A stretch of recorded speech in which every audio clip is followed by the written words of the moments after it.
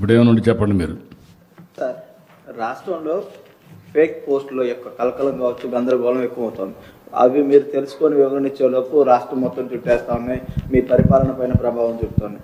ఇటీవల చూస్తే ఒక ప్రభుత్వ ఉద్యోగ అమరావతి పైన పెట్టిన పోస్టు కావచ్చు, రాజధాని మునిగిందంటూ ఏదైతే ఉందో కొన్ని సోషల్ మీడియాలో వచ్చినటువంటి వార్తలు కావచ్చు, ఇలా ప్రతి అంశం కూడా ఒక నెగిటివ్ సెన్స్ క్రియేట్ చేసే విధానం రాష్ట్రంలో ఇటీవల ఎక్కువైపోయింది. దాని మీద ఎలాంటి జాగ్రత్త చర్యలు అనాలా, రాజకీయంగా ఎలాంటి నిర్ణయం చేపడతాను? అదే ఇప్పుడు కుప్పానికి కృష్ణా జలాలు తెచ్చిన అంద్రినీవా కాలువలో ప్రవాహం ఆగిపోయింది అంటూ కొందరు చేస్తున్న ఫేక్ ప్రచారాన్ని ఎవరు నమ్మొద్దు. సెప్టెంబర్ 3వ తేదీన వాస్తవంగా కాలువల్లో ఉన్న నీటి ప్రవాహాన్ని ఫోటోలో చూడవచ్చు. పలమనేరు, కుప్పం అసెంబ్లీ నియోజకవర్గాలు 110 చెరువులు నింపడానికి ప్రభుత్వం కృత నిశ్చయంతో ఉంది. ఇది ఫేక్ న్యూస్, ఇది రియల్ న్యూస్ అని ఫోటో వేయాలి. ఇది మా పని చేయాలన్నా ఇలాంటి తప్పుడు రాజకీయాల మీద అనునిత్యం వివరణ ఇవ్వాలన్నా, వీళ్ళకి బుద్ధి జ్ఞానంగా ఉంటే, వీళ్ళు మనుషులైతే వీళ్ళు ఏం చేయాలని అడుగుతున్నా. Is it right? అంటే నీకు అధికారం ఉంది, నీకు ఇంకా అడ్డు వాపు లేదు, ఏమైనా చేయగలుగుతామని నీ ఇష్ట ప్రకారం వేస్తే మేము చూస్తూ పోస్టులు పెట్టుకోవాలి ఎవ్రీడే. ఇదే పనే. కబద్దారు, జాగ్రత్తగా ఉండండి. ఎంతవరకైనా వెళ్తాం. Will control this fellows. అవసరమైతే మొన్న కూడా నేను చెప్పాను, మొన్నటి వరకు ఆడవాళ్ళ పైన పడ్డారు, క్యారెక్టర్ అసాసినేషన్ చేశారు, రాజధాని పైన పడ్డారు, ఇప్పుడు ఇలాంటి తప్పుడు పనులు చేస్తారు. దీనికి కూడా ఏం చేయాలో ఆలోచిస్తాం, ఒక చట్టాన్ని తీసుకొస్తాం. ప్రతి ఒక్కరు కూడా వాక్ స్వాతంత్రం ఉంది, రాసే స్వేచ్ఛ ఉంది, సోషల్ మీడియా ఉంది, ఏదైనా పెడతాం. పేటీఎం బ్యాచ్ ఉంది, డబ్బులు ఇస్తారు కాబట్టి మేము పెడతామంటే మాత్రం కుదరదు. మళ్ళా వాళ్ళు వచ్చి మిమ్మల్ని కాపాడలేరు. ఆ విషయం కూడా గుర్తుపెట్టుకోమని హెచ్చరిస్తున్నాను. సార్, ఇప్పుడు ఒకవైపు మీరు చెబుతానే ఉన్నారు ఎక్సెస్ ఉన్నాయి, ఎలాంటి ఇబ్బంది లేదు ఫెర్టిలైజర్స్కి, ఆందోళన చెందొద్దని. మరోవైపు ఏమో దీని విషయంలో కూడా ఫేక్ పోస్టులు చాలా వరకు వస్తున్నాయి, పెడతారు. వాటి మీద ఏమైనా చర్యలు తీసుకుంటారు? అదే కూడా చెప్పా కదా, ఇక్కడ రైతులు కూడా ఆందోళన కలిగించేవాళ్ళు. అందరినీ ఆందోళన కల్పించి వీళ్ళు రాజకీయ లబ్ధి పొందాలనేది వాళ్ళ ఆలోచన. అది సస్టైనబుల్ కాదు. కానీ ఈరోజు వచ్చిన విచిత్రమైన పరిస్థితి అంటే సోషల్ మీడియా ఒకటి వచ్చింది. సోషల్ మీడియాలో వీళ్ళు పెట్టేసి మొత్తం తిరుగుతూ ఉంటే ఇష్టం ఉన్నా లేకపోయినా మనం కౌంటర్ చేయకపోతే అదే వాస్తవాన్ని నమ్మే పరిస్థితి వస్తూ ఉంది. అలాంటప్పుడు ఒకటే మార్గం, దీని మీద ఫర్మ్ కూడా యాక్షన్ తీసుకోవాలి. Will take action. అదే నేను చెప్పేది. ఇంకా దానికి ఇవ్వడికేం చేయాలి? ఆడ కొంటున్నాం, 12 రూపాయలు ఇచ్చాం, 4 రూపాయలు మనం 12 రూపాయల వరకు, 4 రూపాయలు కూడా కాదు 12 రూపాయల వరకు కొనమన్నాం. ఎంతైనా ఉండి మినిమం ప్రైస్ 12 రూపాయలు కొనమన్నాం. రైతులకు ఇవన్నీ చేస్తా ఉంటే రైతులకు అది జరిగిపోయిందని కావాలని ప్రచారం చేసి రాజకీయ లబ్ధి కోసం ప్రయత్నం చేయడం నీచం, పరమ దుర్మార్గం కూడా. రైతుల్లో చైతన్యం ఉండాలి, చైతన్యం తీసుకొస్తాం. వాళ్ళు చైతన్యం రావడం కంటే వీళ్ళని కూడా హ్యాండిల్ చేయాలి. లేకపోతే ఇది వాస్తవాన్ని నమ్మి మోసపోయే పరిస్థితికి వస్తున్నారు. అది బాధ. ఒకసారి 2 సార్లు పర్వాలేదు, ఎవ్రీ డే ఏదో ఒకటి. అంటే మనం పనులు చేయాలన్నా వీళ్ళ తప్పుడు ప్రచారాన్ని ఖండించాలన్నా. ఎవరికైనా కొంచెం బాధ వేస్తుంది కదా వీళ్ళు పెట్టే భాష. ఇవన్నీ చూసినాక 100 రోజుల్లో 3,800 కోట్లు ఖర్చు పెట్టి నీళ్లు తీసుకొచ్చి కుప్పానికి ఇస్తే పోయినప్పటి నుంచి విషయం చెప్పడం ఏంటండి? బుద్ధి జ్ఞానం ఉందా? మీరు మనుషులేనా?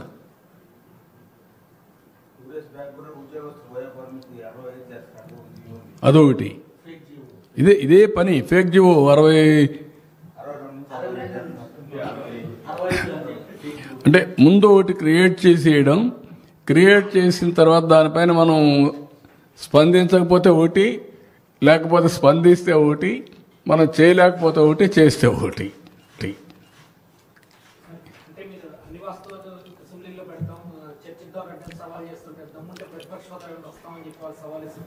బుద్ధి ఉందా? ప్రతిపక్ష హోదా ఎవరు ఇస్తారా? ప్రజలు ఇస్తారు. నాకు ముఖ్యమంత్రి ఇస్తే నేను అసెంబ్లీకి వస్తానంటే నేను ముఖ్యమంత్రి ఎవరిస్తారు? ప్రజాస్వామ్యంలో ప్రజలు ఓట్లేస్తారు. ఏ పార్టీని ఎక్కడ కూర్చొని పెట్టాలో వాళ్ళు డిసైడ్ చేస్తారు. మీరు చేసిన అరాచకాలు అన్యాయాలు చూసిన తర్వాత మీరు ప్రతిపక్ష హోదా కూడా తగరనే ఉద్దేశంతో 11 సీట్లు ఇచ్చారు. ప్రతిపక్ష పార్టీ కావాలంటే ఎన్ని సీట్లు కావాలి? 18 కావాలి. 18 ప్లస్ 19 కావాలి. 17.5 ప్లస్ 1 18.5 19 కావాలి. 19 ఉంటే వస్తుంది. అప్పుడు ఇవ్వరు. అది రైట్, హక్కు, ప్రజలిచ్చే అవకాశం, అది ప్రజలిచ్చే అధికారం. రాజకీయ ప్రభుత్వం ఇచ్చేది కాదు ఇవన్నీ. ఇంతకుముందు 94లో కాంగ్రెస్ పార్టీ ప్రతిపక్ష హోదా ఇవ్వలేదే.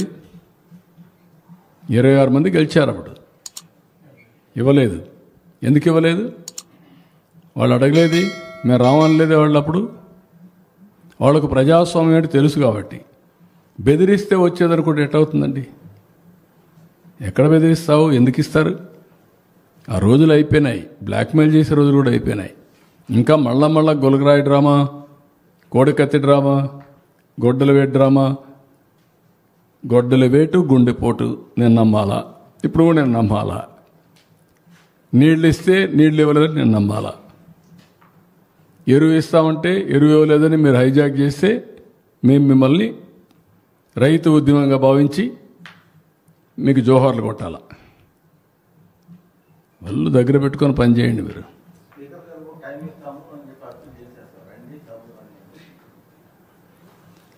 నువ్వు రాయబారం చేయాలి ఇప్పుడు వాళ్ళని కాదు, మీరు రాయబారం చేయాలంటున్నా.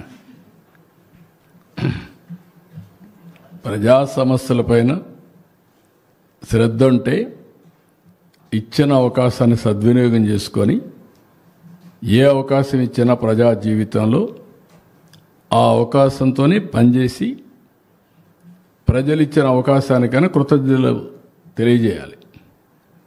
అంతేగాని వాళ్ళ మీద ఖర్చు పెట్టుకొని ఇలాంటి పనులు చేయడం కరెక్ట్ కాదు. సార్ 2014-19 మధ్య మీరు ఏదైతే సేంద్రియ ఎరువుల కోసం దానికి ఓటునిచ్చి కొన్ని గవర్నమెంట్ అవన్నీ అడ్జస్ట్ చేసినా కూడా 70,000 ఉంది. లాస్ట్ 10 డేస్లో దగ్గర 28,000 సప్లై చేశాం. రాబోయే 10 రోజుల్లో 30,000 టన్నులు మళ్ళా అందుబాటులోకి వస్తుంది. కేంద్రం నిన్నే 53,000 మెట్రిక్ టన్నులు కేటాయించారు. సెప్టెంబర్ 12 నుంచి 30 వరకు 1,00,000 వస్తుంది. మొత్తం కలిస్తే 2,71,000 మెట్రిక్ టన్నులు అందుబాటులోకి వస్తుంది. 2,71,000 మెట్రిక్ టన్నులు అందుబాటులోకి వస్తుంది. ఎవ్వరు కూడా దీనికి ఆందోళన చెందక్కర్లేదు. రబీకి కూడా 9,38,000 మెట్రిక్ టన్నులు అలాట్మెంట్ కూడా వచ్చింది. కాబట్టి ఎక్కడ కూడా ప్యానిక్ రియాక్షన్ అవసరం లేదు. కావాలని కొంతమంది రెచ్చగొడితే ఎవ్వరు కూడా సంయమనం పాటించండి. వాళ్ళ కార్యకర్తలు వస్తే ఎట్లా హ్యాండిల్ చేయాలో చేస్తాం. రైతుల ముసుగులో వైఎస్ఆర్ కాంగ్రెస్ పార్టీ కార్యకర్తలు వచ్చి రాజకీయం చేయాలంటే మాత్రం కబద్దార్, జాగ్రత్తగా ఉండండి. మర్యాదగా చెప్తున్నా. మీరేమనుకుంటారంటే మీరు నేరాలు ఘోరాలు చేసి ఇతరులపైన వేసి తప్పించుకోవాలని ప్రయత్నం చేస్తున్నారు. ఎంత నీచంగా ఉన్నారంటే వాళ్ళని చూస్తే వీళ్ళు మనుషులా పశువులా మనం చెప్పలేని పరిస్థితి. కుప్పంలో మొన్నే నేను ఇనాగ్రేట్ చేశాను.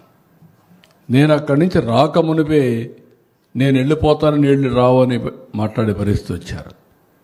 ఒక పంపు 3 గంటలు టెక్నికల్ ప్రాబ్లం వచ్చింది. ఇమ్మీడియట్గా పంపుని రీప్లేస్ చేశారు. ఇప్పుడు కూడా పెడుతున్నారు. కాలువలు ఎండిపోయినాయి, నీళ్లు రావడం లేదు, మోసం చేశారని. అంటే ఏమనుకుంటున్నారు మీరు? సోషల్ మీడియా ఉందని మీ ఇష్టానుసారంగా వాగితే మీ సమాధానం ఇవ్వాలన్నిటికీ. అలాంటి వాళ్ళని ఏం చేయాలనో పగడ్బందీగా ఆలోచిస్తాం. వాస్తవాలు రాసే వాళ్ళని వాళ్ళు ఏదైనా రాస్తే తప్పుంటే కరెక్ట్ చేసుకుంటాం. తప్పుడు వార్తలు రాస్తే మాత్రం కబద్దార్, జాగ్రత్తగా ఉండండి. మీరు వేయడం మేము ఫేక్ న్యూస్ అని పెట్టుకోవాలన్నా బుద్ధి జ్ఞానం లేదు మీకు? ఏమనుకుంటున్నారు మీరు? ప్రతిరోజు ఏదో ఒకటి పెట్టి ప్రజల అటెన్షన్ డైవర్ట్ చేసి కావాలని ఫేక్ న్యూస్ అంతా పెట్టే పరిస్థితికి వచ్చారు. అందుకే నేను చెప్పాను, ఈ ఎర్రా వాసు, ఎర్ర రామూర్తి, చీలి వెంకటేశ్వరరావు, కోలాంటి ఈశ్వరరావు, వీళ్ళంతా వైఎస్ఆర్ కాంగ్రెస్ వాళ్ళు. మీరు రాజకీయాలుంటే మీ ఇంట్లో చేసుకోండి. ప్రభుత్వం దగ్గర మాత్రం తోక తిప్పితే తోక కట్ చేస్తాం. ఇంకొక ఆయన మాట్లాడతాడు, అక్కడేదో విశాఖపట్నం రైల్వే మనం స్టీల్ ప్లాంట్ ప్రైవేటైజ్ చేస్తే పోరాడతాడంట. ఎవరు చెప్పాడా నిన్ను పోరాడమని? ఎవరు ప్రైవేటైజ్ చేస్తారా? డెఫినెట్గా కొన్ని గవర్నమెంట్లు అన్నీ కూడా కొన్ని సర్వీసులు అవుట్సోర్సింగ్ చేసుకుంటారు సమర్థత పెంచడానికి. అది నెపం పెట్టి ఇష్టానుసారంగా మాట్లాడడం. 12,000 కోట్ల రూపాయల కేంద్రం ఇచ్చి ఈరోజు మళ్ళీ విశాఖపట్నం స్టీల్ ప్లాంట్ రివైవ్ చేసే ప్రయత్నం చేస్తే, తెలుగువారి ఆత్మ గౌరవాన్ని కాపాడితే, మన మనోభావాలు కాపాడడం కోసం దేశంలోనే మొట్టమొదటిసారి ఒక నిర్ణయం తీసుకొని ఆ నిర్ణయాన్ని పునరాలోచించి మళ్ళీ 12,000 కోట్ల రూపాయలు ఇచ్చి ఇప్పుడు ముందుకు తీసుకుపోతున్నాం. ఇలాంటి దౌర్భాగ్యమైన పార్టీని ఎప్పుడు చూడలేం. వీళ్ళకి ఫిట్టింగ్ రిప్లై ఎప్పటికప్పుడు ఇవ్వాల్సిన అవసరం ఉంది. ఈరోజు మా కలెక్టర్స్ అందరికీ చాలా స్పష్టంగా ఆదేశాలు ఇచ్చా. ఎవ్రీ డే మీరు మానిటర్ చేసుకోండి. జిల్లాలో ఒకవేళ ఒక షాప్లో ఉండి ఒక షాప్లో అవసరమైతే మీరే ట్రాన్స్ఫర్ చేసుకోండి. ఏ ఒక్క రైతు మాకు ఎరువులు లేదనకుండా చూసుకునే బాధ్యత మీది. అదే సమయంలో ఎక్కడన్నా కానీ ఎరువులు లేదంటే నేనే అక్కడికి వెళ్తా, నేను అక్కడ చూస్తా, మా వాళ్ళ తప్పుంటే యాక్షన్ తీసుకుంటా. కావాలని ఇలాంటి న్యూస్ చేస్తే వాడిని తీసిపోయి బొక్కలో పెట్టి అక్కడి నుంచి పనిష్ చేస్తాం. తమాషా అనుకోవద్దండి. రేపటి నుంచి ఎక్కడ జరిగినా సరే రాష్ట్ర